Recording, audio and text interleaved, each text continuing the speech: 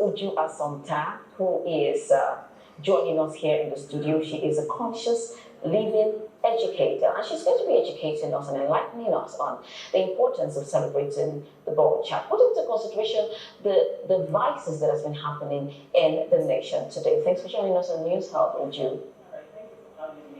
So while I was making the introduction, I saw David do like this, like, okay, yes, Mercy, you just said it. Talk to us about the International Day of the Boy Child. Yeah, just like you rightly said, like people don't pay attention to the boy child, so we always talk about the girl child, because in our culture, naturally, it's like the boy is the man, of the people, so he's already made. But it's important to know that when a child is born, when a child first enters into this world, he's born with pure consciousness. So when the child is born, he begins to get things from the family, from the society at large. And little is put in the boy child as he's growing up. Even the girl child, a lot is being put, but it's like you're being prepared, right?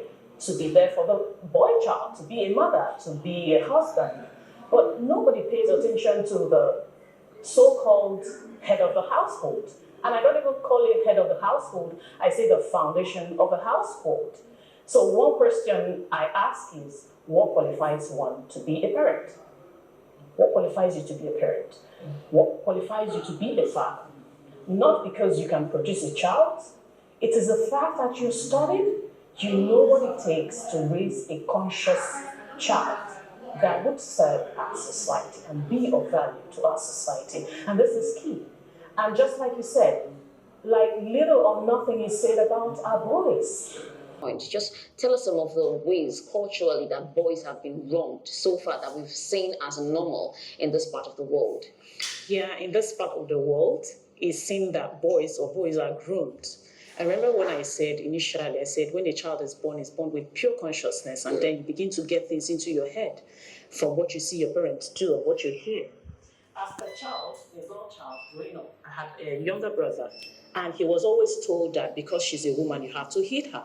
Because she's a woman, she has to serve your food. So these are the things that we put into both the girl child and the boy child. So naturally, it's like we prepare the girl child more to be mothers, to be out there. We know how to run the home, from finance to a whole lot of things. But the boy is made to know that you come out into this world with a sort of superpower that makes you control everything, even when you know nothing. So it's a cultural thing. It's a societal thing. It's just like that is the way it ought to be. But look at it. The effect, we are seeing it in the society. The society we see today is as a result of the collective manifestation of who we have become as a people, who we have become as the boys we are raising, who we have become because you have not told your boy child that your superpower is coming from the value you add to yourself and the fact that you find a meaning and a purpose as a man. That as you're growing up, it's not just because I'm a boy and then everybody has to be at my beck and call. It is the fact that every single thing a woman would do for you, you ought to know them.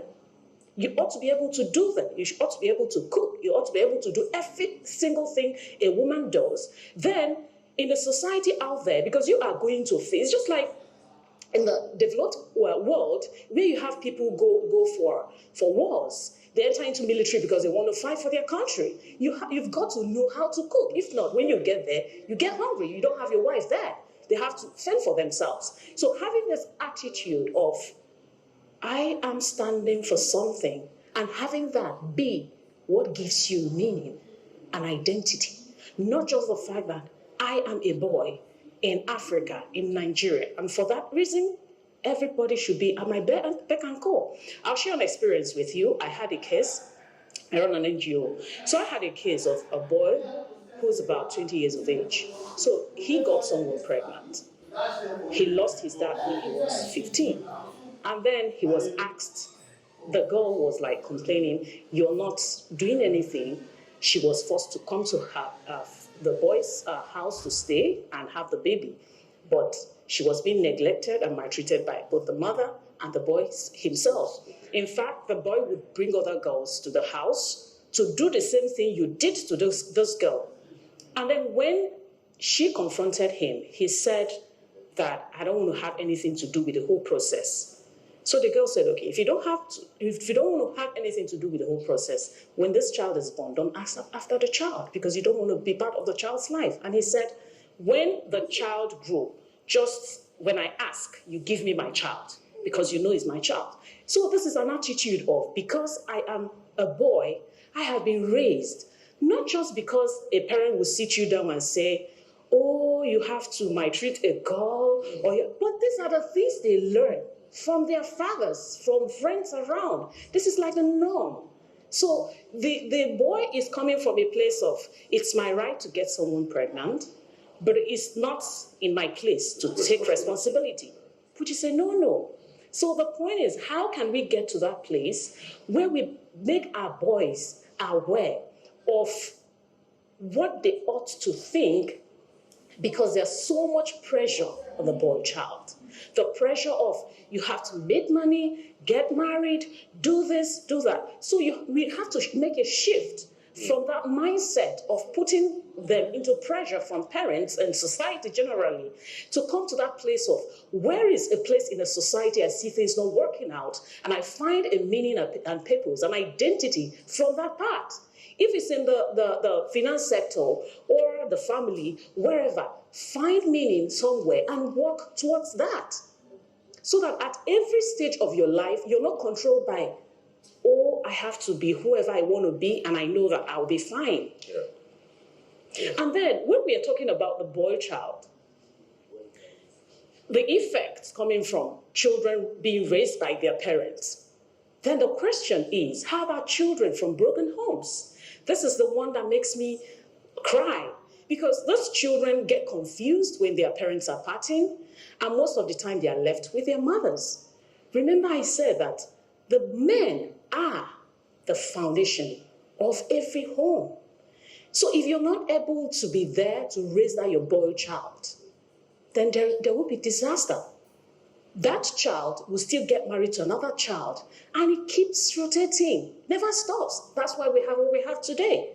And while we complain that, oh, the roads are not okay, this one is not working in our country, let's be mindful that the effect of our neglecting the boy child is coming from. That's where all of this is coming from. So we want to fix our society. We have to pay attention to the boy child, because in an African mentality, actually it says that the boy child is the head of the household, which is what is right. Biblically, it's right, but not in a negative sense.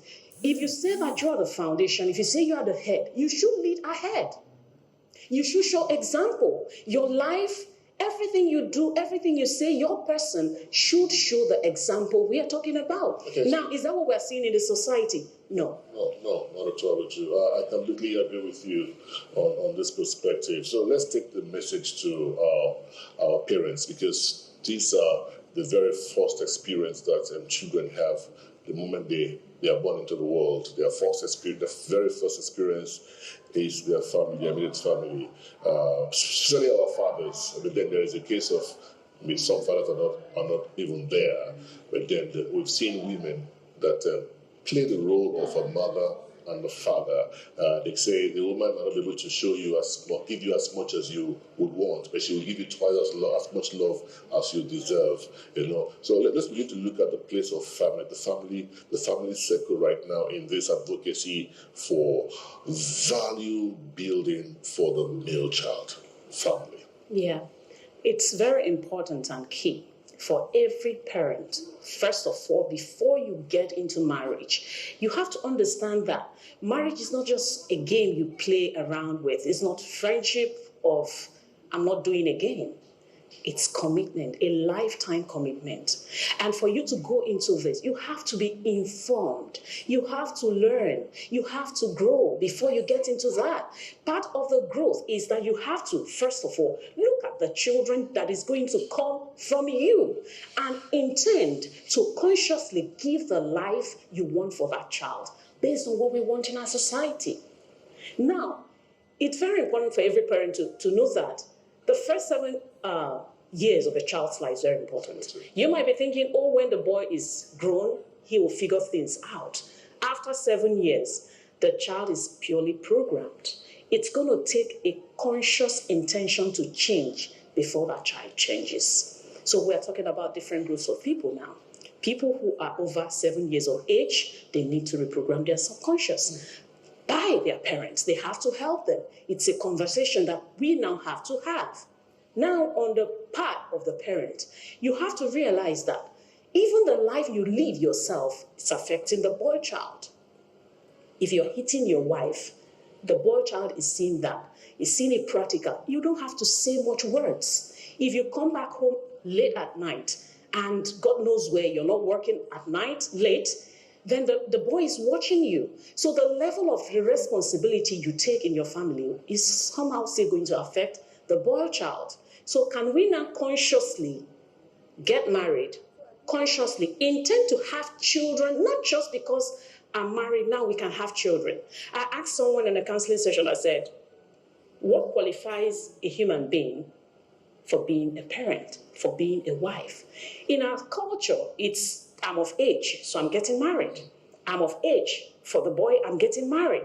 Even if you don't have any idea on how to communicate, relate with people, understand your identity, you find that the major thing that is happening is that the boy child is using the girl child to fuel his ego.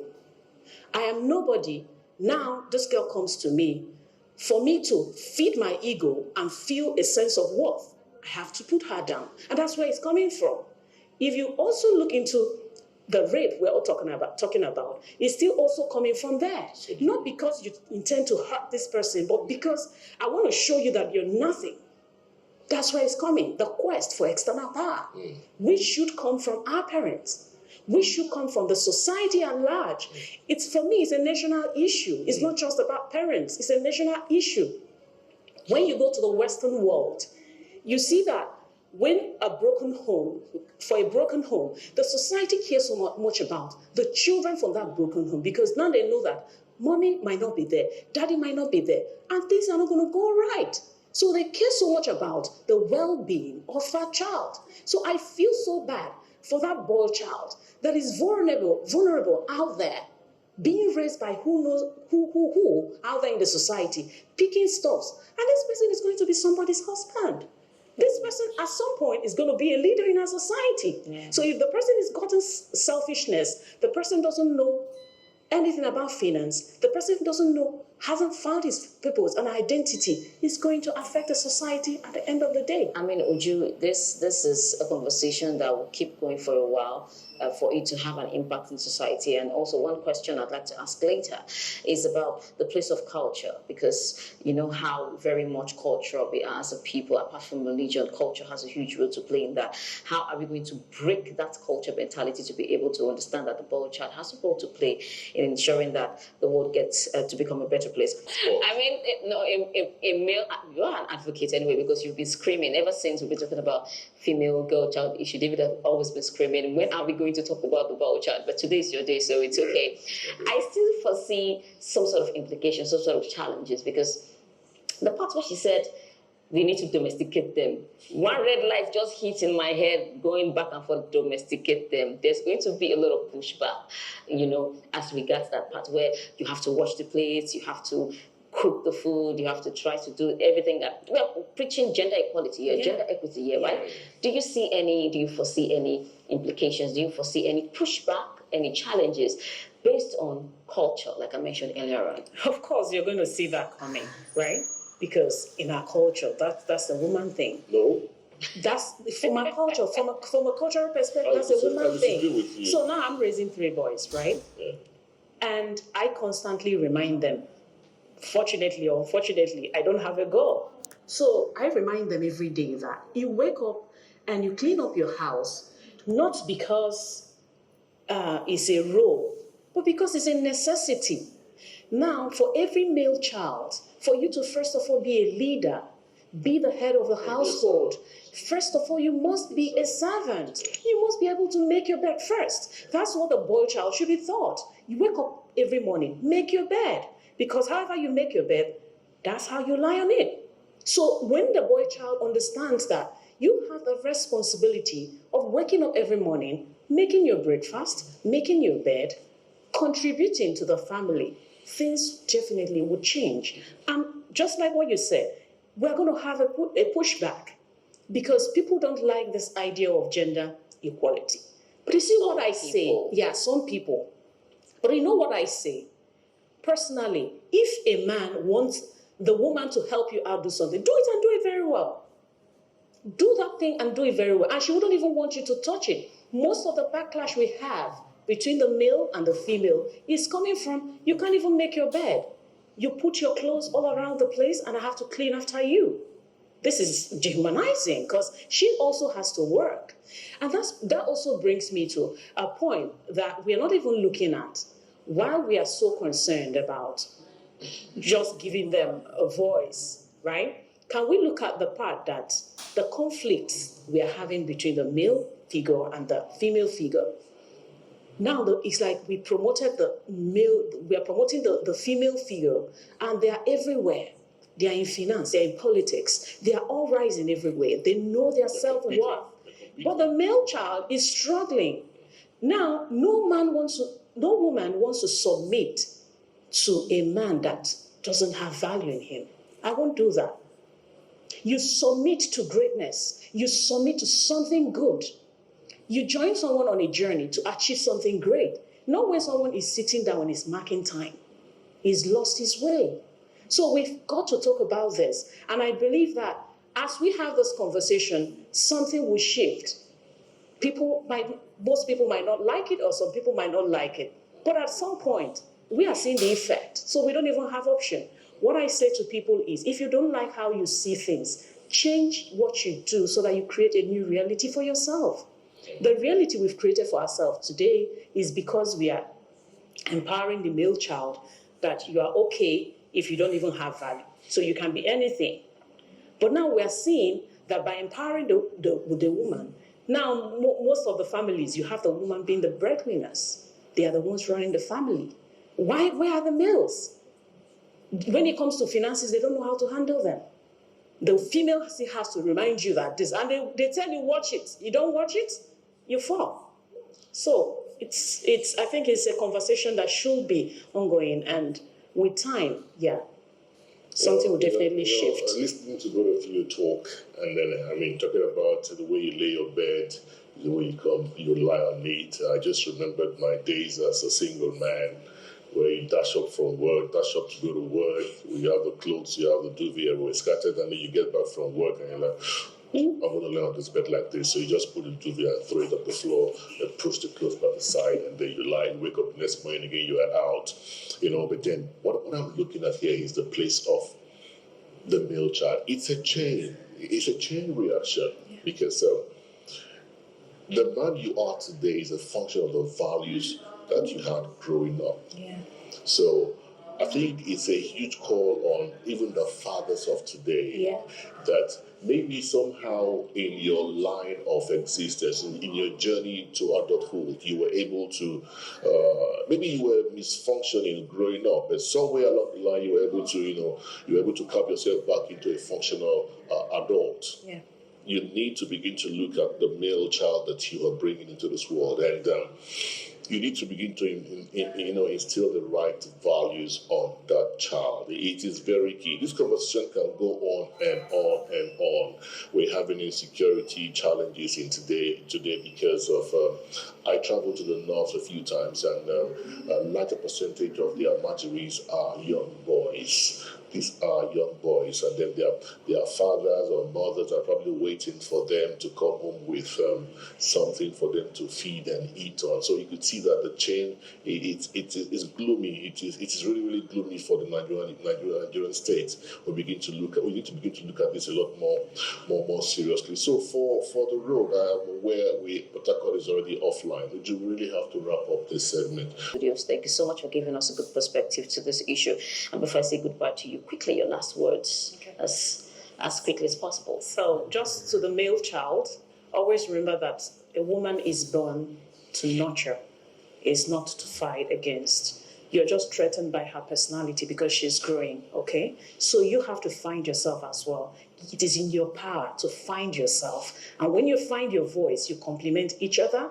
So collaborate, but not compete. And together, our society will be better.